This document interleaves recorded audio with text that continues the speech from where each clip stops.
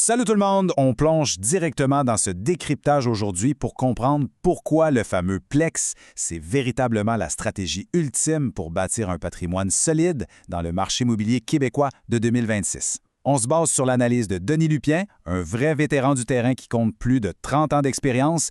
Faut s'arrêter un instant sur ce chiffre. 827 500 $. C'est complètement fou. Il s'agit du tout nouveau prix médian record pour l'acquisition d'un Plex au Québec en date de février 2026. On parle d'un bond spectaculaire de 9 % juste par rapport à l'année dernière si on se fie aux données de wawa.ca. Ça montre à quel point la valeur de ces immeubles est en pleine effervescence. Alors, pour bien s'y retrouver dans ce marché ultra compétitif, voici notre plan de match. On va voir la domination du Plex, l'effet de levier hypothécaire, le boom incroyable de Vaudreuil-Soulanges, les rendements et les chiffres clés, les pièges à éviter, et on finira sur comment bien structurer le prochain achat. On commence tout de suite avec la section 1, la domination du Plex. C'est super important de faire la distinction fondamentale entre ces deux mondes. D'un côté, on a la maison unifamiliale. C'est un investissement statique, honnêtement. Ce sont des briques et du mortier, ça demande de l'entretien, mais ça ne ramène pas d'argent tout de suite. De l'autre côté, le Plex, ça, c'est purement dynamique. C'est de la mathématique financière appliquée qui fait rentrer de l'argent frais et génère un flux de trésorerie dès le premier jour. Il faut comprendre qu'un Plex, qu'on parle d'un duplex, d'un triplex ou d'un quadruplex, ça offre une résilience financière vraiment incomparable. Pour les investisseurs d'expérience ou même pour ceux qui font leur premier achat, acquérir cette bâtisse permet de réduire drastiquement ses propres dépenses de logement. C'est un vrai bouclier contre les fluctuations du marché, un niveau de protection qu'on trouve pratiquement pas avec d'autres types de propriétés. Ce qui nous amène à notre deuxième point, la section 2, l'effet de levier hypothécaire. C'est ici que ça devient extrêmement puissant au niveau du financement. Une portion énorme de la facture, on parle en moyenne de 70 % à 90 % de l'hypothèque, peut être couverte directement par les revenus des locataires. Et le plus beau là-dedans, c'est que les programmes actuels en 2026 permettent à un propriétaire occupant de sécuriser cet immeuble avec une mise de fonds minime de seulement 5 %.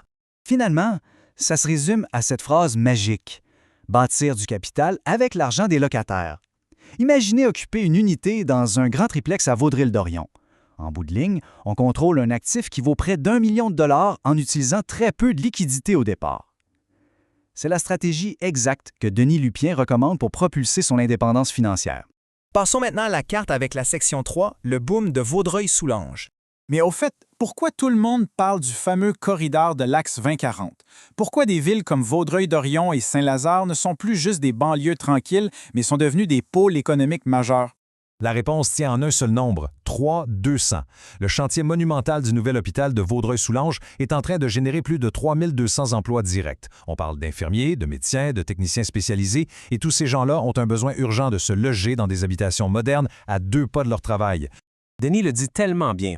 Posséder un Plex dans ce périmètre stratégique en 2026, c'est s'assurer d'avoir un taux de vacances qui frôle le zéro absolu. Si on ajoute à ça le développement d'infrastructures majeures comme le pont de l'île aux Tourtes pour soutenir cette arrivée massive de jeunes travailleurs qualifiés, on comprend vite pourquoi la demande locative explose littéralement dans le secteur. Allons décortiquer tout ça avec la section 4, rendement et chiffres clés. Le contraste régional est vraiment frappant quand on regarde la rentabilité. D'un côté, Montréal offre un rendement brut respectable qui oscille entre 5 et 7 %. Mais de l'autre côté, les couronnes dynamiques de la Montérégie, elles, propulsent ce rendement jusqu'à 8,5 %. C'est une différence qui change complètement la donne sur le long terme. Et l'équation ne s'arrête pas là. Il faut ajouter l'appréciation du capital qui grimpe de 5 à 7 % en moyenne par année. On a aussi une optimisation fiscale incroyable puisque les dépenses, les taxes et les intérêts sont déductibles proportionnellement à l'espace loué. Bref, c'est une protection en béton armé contre l'inflation, beaucoup moins volatile que de jouer à la bourse. Mais attention, c'est pas gagné d'avance. On en parle dans la section 5, éviter les pièges courants.